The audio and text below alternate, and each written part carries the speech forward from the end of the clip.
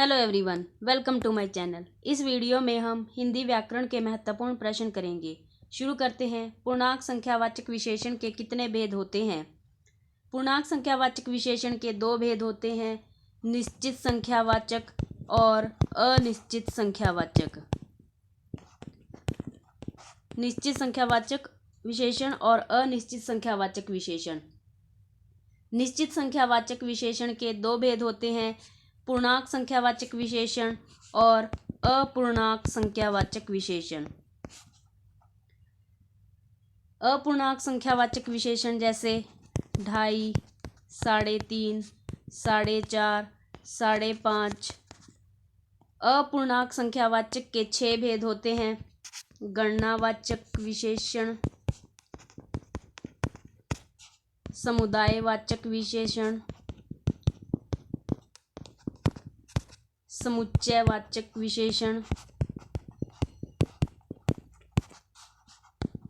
क्रमवाचक विशेषण,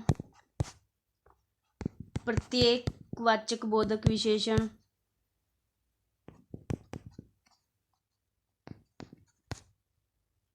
और आवृत्तिवाचक विशेषण।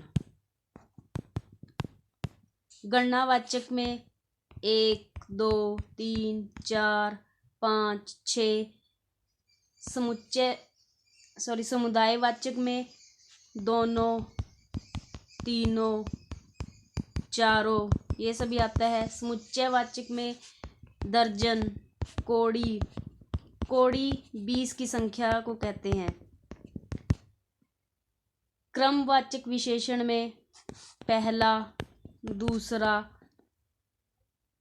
तीसरा, चौथा, ये सभी होते हैं। प्रत्येकवाचक में प्रत्येक, हरेक, ये सभी होता है। आवृत्तिवाचक में इकहरा, दोहरा,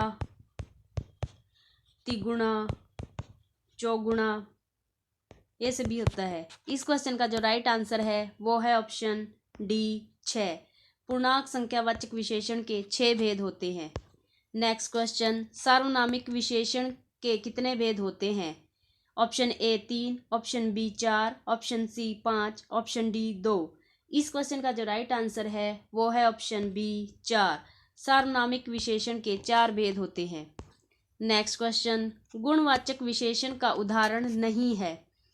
मनोहर, पतला, आलसी, दरिद्र गुणवाचक विशेषण का उदाहरण है। बाहरी, जापानी, दक्षिणी, भावी गुणवाचक विशेषण है। हल्का, पंजाबी, नया, टिकाऊ गुणवाचक विशेषण है। चालीसा, ग्रामीण, हरित, दर्जन गुणवाचक विशेषण नहीं है। इसमें चालीसा समुच्चय बोधक विशेषण है। ग्रामीण, हरित, दर्जन ये गुणवाचक विशेषण है। इस क्वेश्चन का जो राइट आंसर है वो है ऑप्शन डी। चालीसा, ग्रामीण, हरित, दर्जन ये गुणवाचक विशेषण का उदाहरण नहीं है इसमें चालीसा।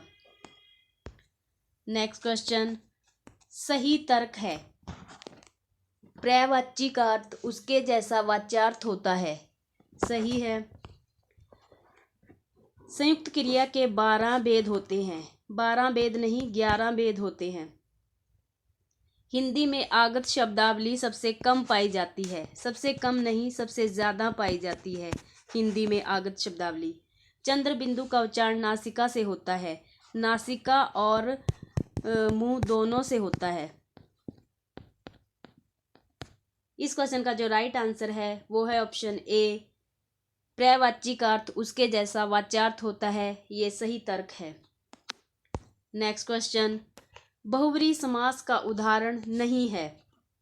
नीलकंठ, जलज, मध्यावरी बहुव्रीहि समास है इसमें। हिमालय, दशानन, चक्रधर बहुव्रीहि समास है। मुरारी, कृष्णार्पण, कृष्णार्पण में कृष्णार्पण कृष्ण के लिए अर्पण, इसमें संप्रदान तत्पुरुष समास है।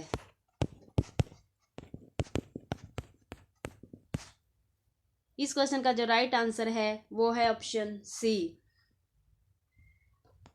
नेक्स्ट क्वेश्चन, श्र के संदर्भ में असंगत तर्क है। श्र जैसे सब जानते हैं संयुक्त अक्षर 4 होते हैं, क्ष, त्र, ज्ञ और श्र। श्र श प्लस र से मिलकर बना है। यह तत्सम ध्वनि है, सही है। यह वर्गीय ध्वनि नहीं है, सही है।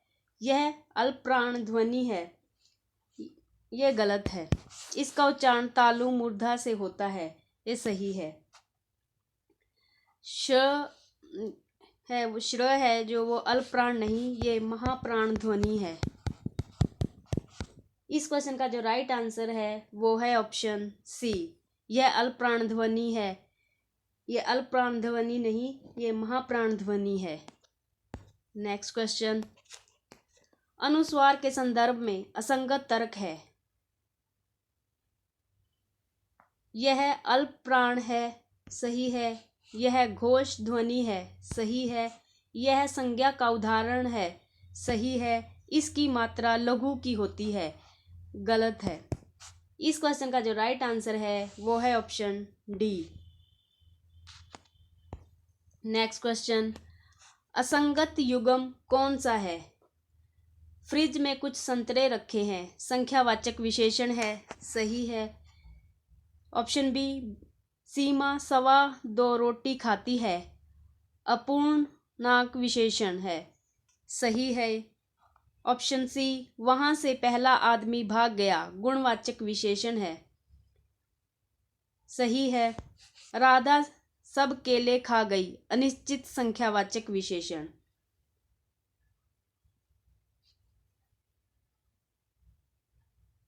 सही है। इस ऑप्शन में इस क्वेश्चन का जो राइट आंसर है वो है ऑप्शन सी, असंगत युग्म है। इस ऑप्शन में गुणवाचक विशेषण नहीं, ये बल्कि क्रमवाचक विशेषण आएगा। पहला है, अभी मैंने पिछले क्वेश्चन में कराया था, पहला है ये क्रमवाचक विशेषण होता है, पहला, दूसरा, तीसरा। नेक्स्ट क्वेश्चन, असंगत तर्क है। हिंदी वर्णमाला में कुल 44 वर्ण होते हैं, सही है। 11 स्वर और 33 व्यंजन। कर्ता कारक के 2 भेद होते हैं, सही है। प्रत्यक्ष कर्ता और अप्रत्यक्ष कर्ता। परसर्ग के 2 भेद नहीं होते हैं, ये गलत है। इसके 2 भेद होते हैं। तत्पुरुष समास के 2 भेद होते हैं, सही है।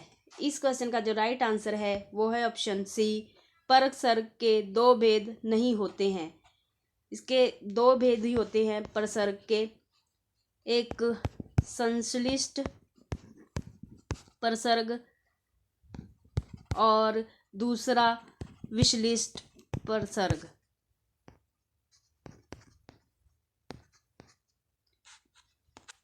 नेक्स्ट क्वेश्चन, असंगत तर्क है। अनुस्वार संज्ञा का उदाहरण है, चंद्र बिंदु विशेषण का उदाहरण है, विसर्ग अघोष ध्वनि है। मानक हिंदी में कुल 33 व्यंजन होते हैं। अनुस्वार संज्ञा का उदाहरण है, सही तर्क है। चंद्र बिंदु विशेषण का उदाहरण है, सही है। विसर्ग अघोष ध्वनि है, ये गलत है। अघोष नहीं, ये घोष ध्वनि है। मानक हिंदी में कुल 33 व्यंजन होते हैं, सही है। इस क्वेश्चन का जो राइट आंसर है वो है ऑप्शन सी, विसर्ग घोष ध्वनि है। अघोष ध्वनि किसे कहते हैं, इसकी पहचान क्या है, ये हिंदी व्याकरण की वीडियो में मैंने अच्छे से समझाया हुआ है। अगर आप इन्हें समझना चाहते हैं तो हिंदी व्याकरण की वीडियो मेरे चैनल पर देख सकते हैं, इसमें मैंने पूरे विस्तार से बताया हुआ है। नेक्स्ट क्वेश्चन, सही तर्क कौन सा है? हिंदी में अयोगवाह ध्वनि 2 होती है, चंद्र बिंदु अनुस्वार का बिगड़ा रूप नहीं है, ये गलत है। अनुस्वार का शब्दकोश में दूसरा स्थान है, गलत है। विसर्ग तद्भव ध्वनि है, गलत है। इस क्वेश्चन का जो राइट आंसर है वो है ऑप्शन ए। हिंदी में अयोगवाह ध्वनि दो होती हैं, अनुस्वार और दूसरी विसर्ग।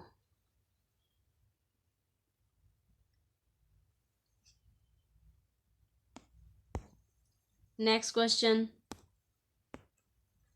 असंगत समूह है बुराई, चतुराई, लालिमा, भाववाचक तदिंत प्रत्यय है, सही है। ससुराल, शारीरिक, लखनवी, संबंधवाचक तदंत प्रत्यय है, सही है। सुधाकर, शशि, राकेश चंद्र के पर्यायवाची हैं, सही है।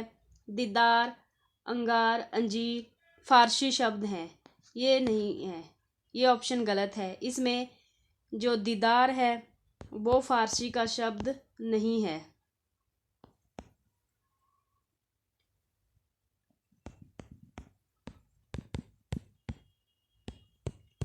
अंजीर और अंगार ये फारसी के शब्द हैं। इस क्वेश्चन का जो राइट आंसर है वो है ऑप्शन डी। आई होप ये वीडियो आप सभी के लिए हेल्पफुल रहेगी। Thanks for watching this video.